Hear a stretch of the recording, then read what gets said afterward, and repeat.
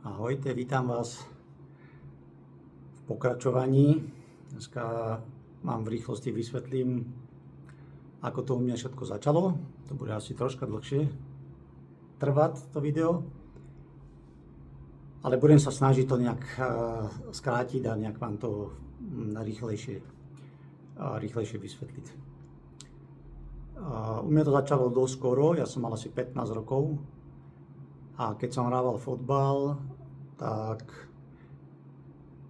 keď ma tréner postavil na 11, tak som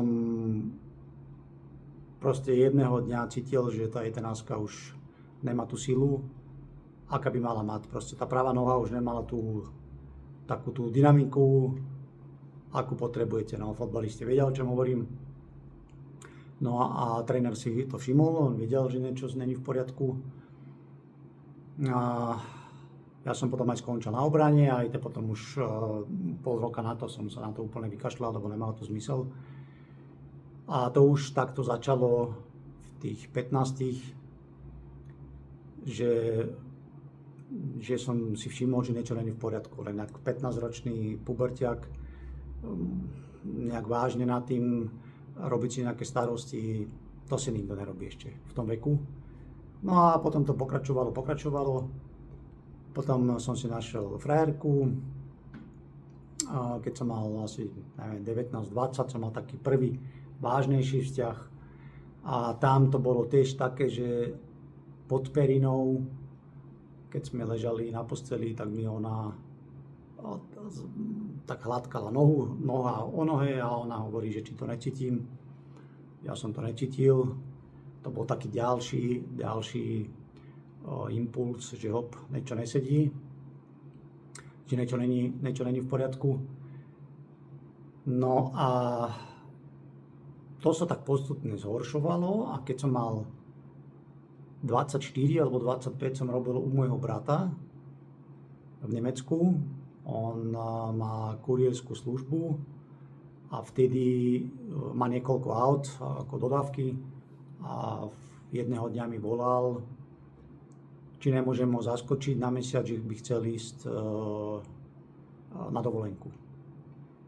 Tak hovorím, dobre, však nie je problém, tak som ho zaskočil, išiel som mesiac robiť k nemu do firmy a som aj sám jazdil. To bolo vtedy trasa, neviem, Mníchov, Fulda sa mi zdá, a z Fuldy potom do Salzburgu, ale dobre, to je nepodstatné. Podstatné je to, že niekde v polke ceste mi trebalo ísť na záchod, ale takže tak nepríjemne a cítil som, že že toto bude tesne a to pôjde asi do gati. A toto som nikdy predtým necítil, lebo ja som bol taký človek, ja som si mohol dať šlahačku, zapiť to pivom, alebo ja neviem, proste čokoľvek, nejaké omačky, alebo proste nemal som problémy s trávením, ani s týmito, že hnačky, alebo niečo absolútne, ja som to ani nepoznal. A ja som mohol aj cestovať v autobusi niekoľko hodín, ja sa nemusel ísť na záchod, proste nemal som absolútne tento problém. Čo teraz je katastrofa, ale však aj k tomu prídeme v budúcich videách.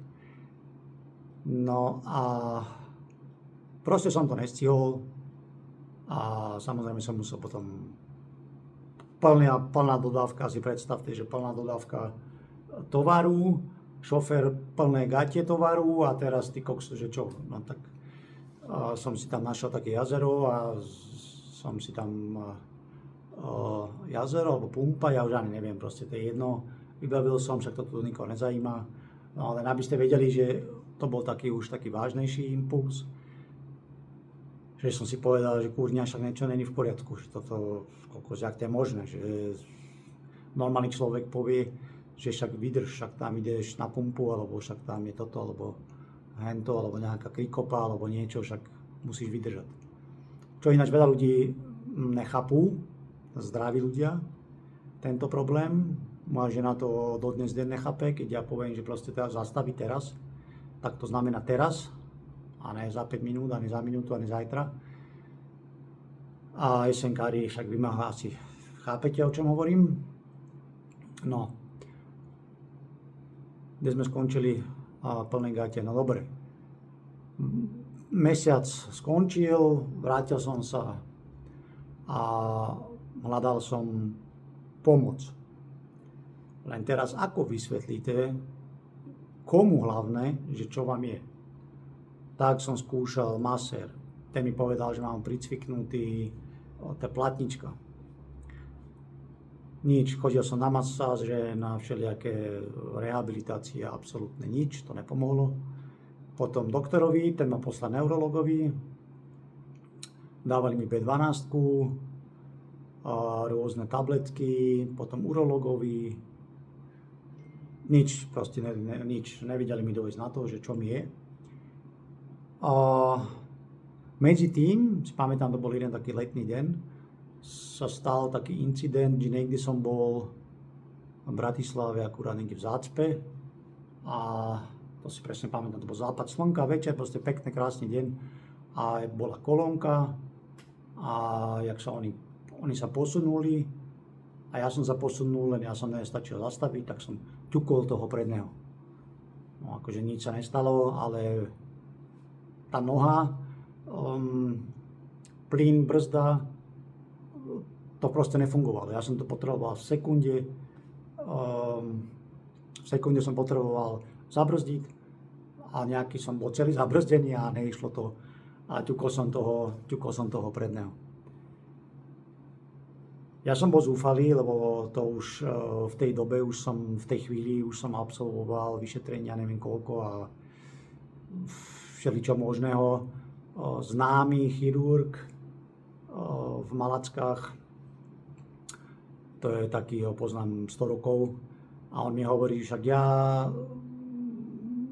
ti odoberiem krv a pošlem to, ja neviem, na rôzne inštitúcie, že ideme kúknúť, možno niečo nájdeme. Ten takisto mi potom volal, že počúvaj, ty si zdravý, že či nemám psychiku už narušenú. Ja hovorím, kokso, však to není možné, však akú psychiku.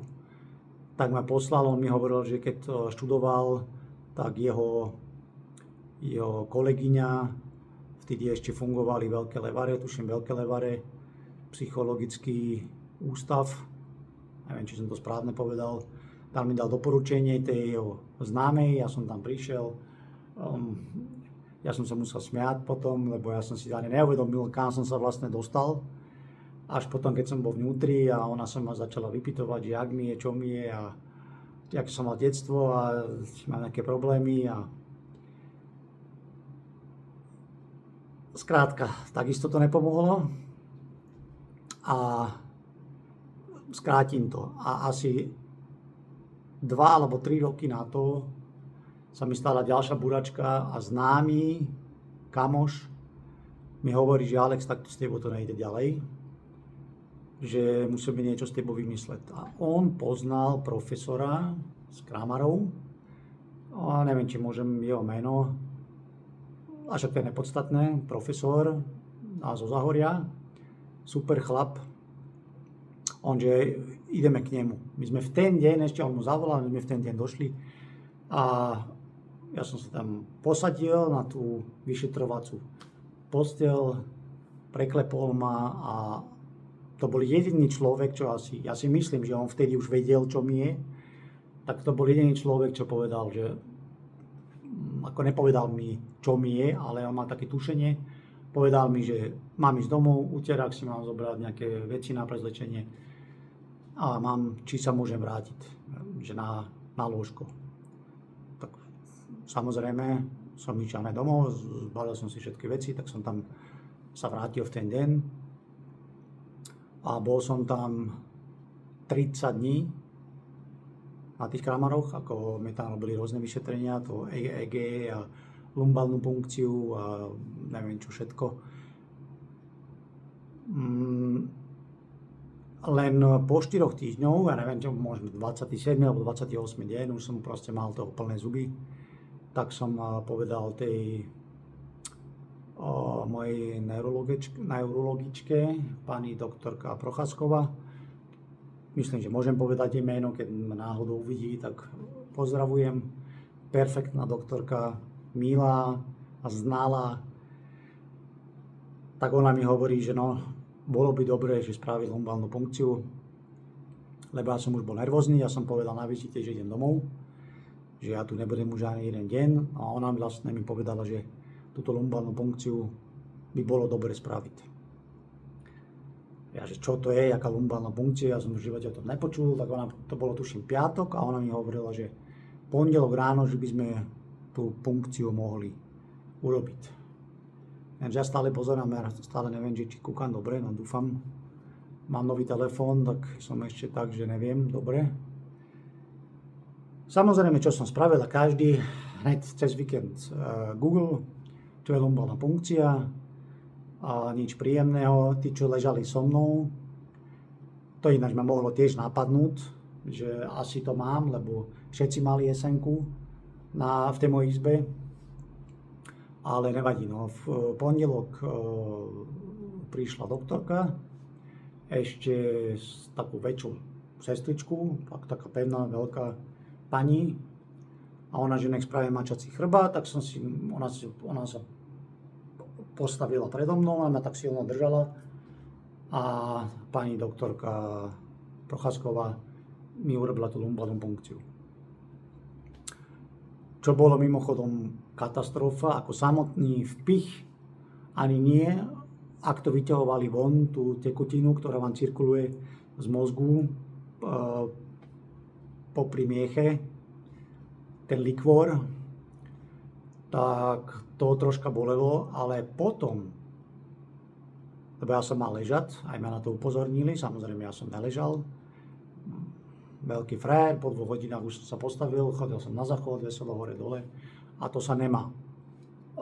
Toto teraz vysvetľovať prečo, proste ten likvor ak chýba, tak on potrebuje nejaký čas, aby sa doplňal a keď vy neostanete v ležmo, tak je to skrátka problém. Ja som s tým mal veľké problémy, dlho, takže všetci, čo vám to budú robiť, ostaňte ležať, to je moja rada dobrá. Dobre, čo ďalej? Deň alebo 2 som tam ešte ostal, museli sme čakať na tie výsledky. Prišla pani doktorka, že na 99,9% máte SN-ku.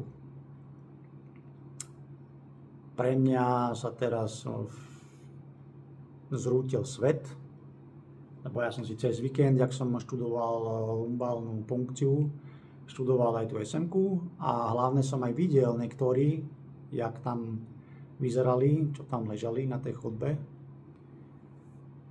Hlavne som mal vtedy frajerku, 19-ročnú, ja som mal necelých 30, keď mi to diagnostikovali v tej nemocnici.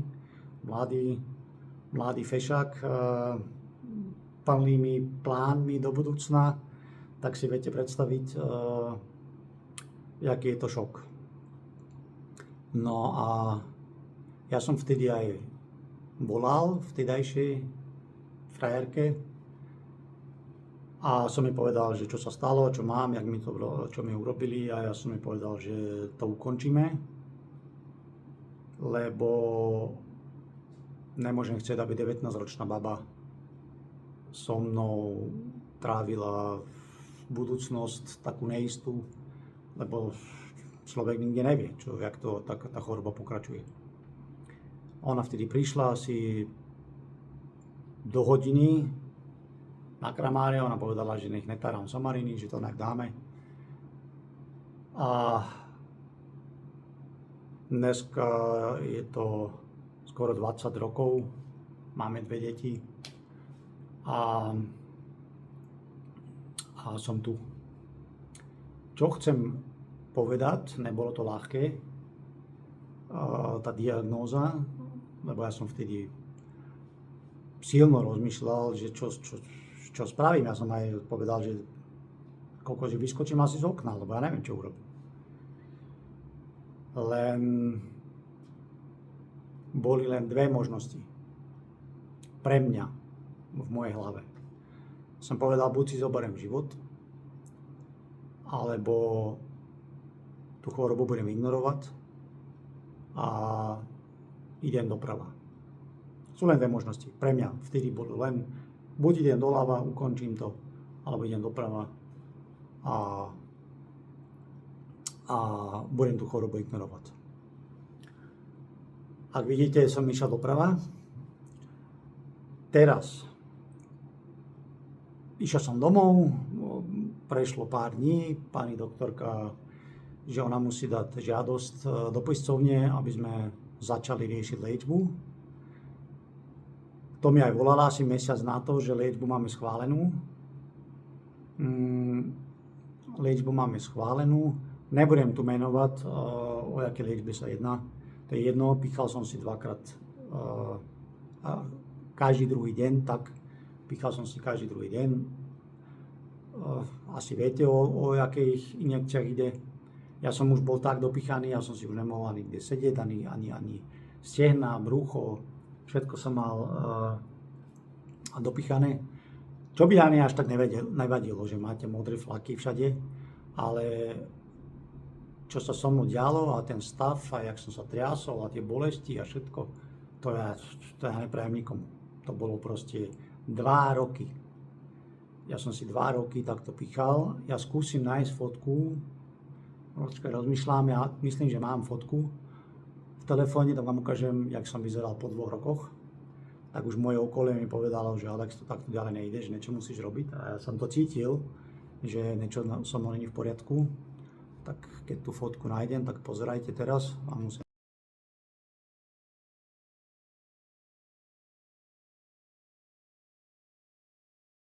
Dám. A proste som to všetko zobral, tú krabicu, to bola taká krabica, tam bola tá injekcia a všetky tie ampulky. Ja som to všetko zobral a som to hodil naspäť na tej pani doktorke na Kramáre. Samozrejme tam robili z toho veľké halo, že ako je možné, že ja to neberem. Či si vôbec uvedomujem, koľko úsilia toho dalo a koľko kontaktov a všetkého, aby sme tú liečbu dostali vôbec. Čo som im mal na to povedať? Ja som im povedal, pani doktorka, dajte to. Ja som to už spomínal v jednom videu, to vám potom, ja ešte mám jeden kanál, to vám niekedy inokedy poviem, lebo nechcem to robiť reklamu, ale ja som im povedal toto, dajte to, ani sviniam by som nedal. Však kúknete, ak vyzerám. Ja som bol vrak, ja som bol šrot, ja som proste bol hotový, ja som nemohol spať, ja som sa triasol, ja som chcel vyskočiť z okna, ja som myslel, že toto je liečba, však ja som, toto mi má pomôcť.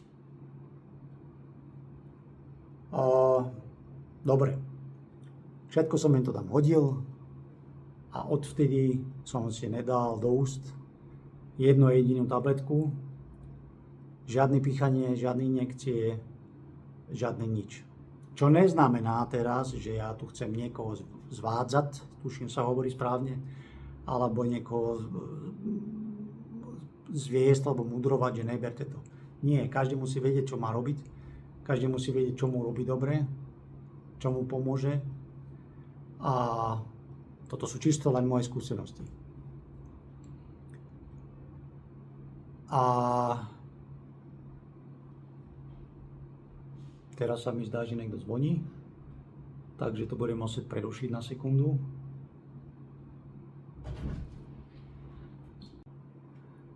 No, prepačte, syn akurát došiel. Toto ináč mimochodom je také miesto moje, kde mám najväčší kľud v tejto spálni, ale sem tam predsa som zabudol zamknúť. Do budúcna však videa budú, ja vám ukážem aj terasu, alebo pôjdeme niekde von, alebo to je jedno. Ja vám do budúcna niekedy aj poviem, aký mám ten druhý kanál, tam môžete pozerať, jak tu žijem, čo tu tak robím a jak tu tak fungujem, ale nechcem teraz robiť, aby to neznelo, že tam robím nejakú reklamu. Všetko príde, len toto je taká miestnosť, že fakt mám aspoň troška kľudu. Takže aby ste sa nečudovali, že prečo som stále tu. No a kde sme to skončili? Všetko som to hodil naspäť, vykašľal som sa proste na to a 20 rokov neberiem nič. S prepáčením musím povedať, že je to vydrbaná choroba, ktoré je hlavné tu. A ja viem, že to není jednoduché. Ja viem, že to... ja sám bojujem, ja to nemôžem mudrovať, lebo ja sám bojujem a ja viem, aj vy bojujete. Ja mám veľa známych kamošov. Jedného mám kamoša, bývalý policajt, športovec, mladý chalan, tiež to dostal, pozdravujem ťa ináč, Miško. A tiež je taký, že nechcem ho uraziť, nechcem povedať, že sa opúšťal, ale nepomôže to. Proste to nepomôže. To musíte sa nakúpnúť, musíte dojsť na iné myšlienky. Ten život je aj tak len... my sme tu len aj tak len chvíľu, to naše telo. To je len medzizástavka. A fyzicky máme čo robiť. My SMkári sme dodrbaní, proste nevieme sa hýbať, jak by sme chceli. Ja neviem, niekto už vôbec sa nevie hýbať, alebo netreba si ešte psychiku zničiť. Toto chcem povedať, že toto nerobte a fakt by som bol rád, keby ste sa mi niekto ozvali a ja neviem, vymeníme si tie informácie. Možno vám tu dáme kontakt, len neviem ani jak by som, neviem, však WhatsApp teraz nemám, dám vám tu nejaký kontakt. Možno nejaké streamy by sme mohli robiť do budúcna. Ja neviem, na tie streamy tuším treba nejaký minimálny odber, aby to fungovalo. Môžeme robiť streamy každý víkend, že sa tu všetci stretneme, povymeniame nejaké názory, alebo ja neviem. Dobre, však dosť dlhé to video, nechcem vás tu krmiť s debilinama. Ja chcem len každý aspoň troška motivovať, troška vám pomôcť. Hlavne vám poviem po častiach, čo mi pomôže, čo mi robí dobre.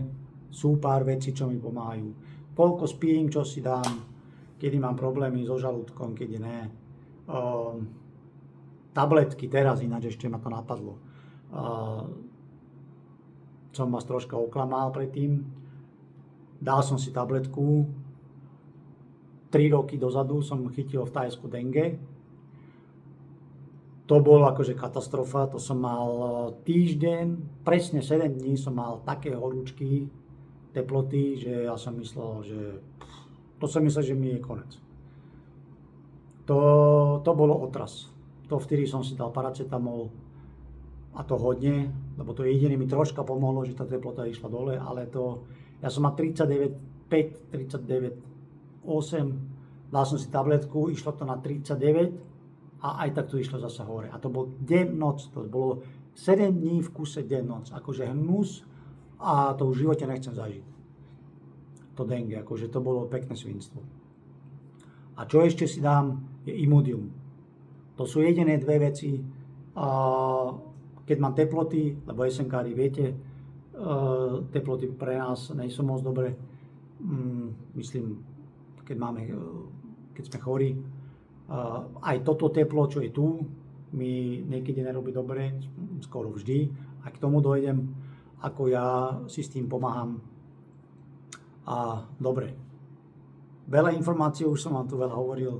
Teším sa, keby sa ten kanál troška rozbehol, keby ste sa mi ozvali a ja vám prajem všetkým len to najlepšie. Už som to raz hovoril, veľa šťastia a vidíme sa zasa v 3. videu. Zatiaľ ahojte.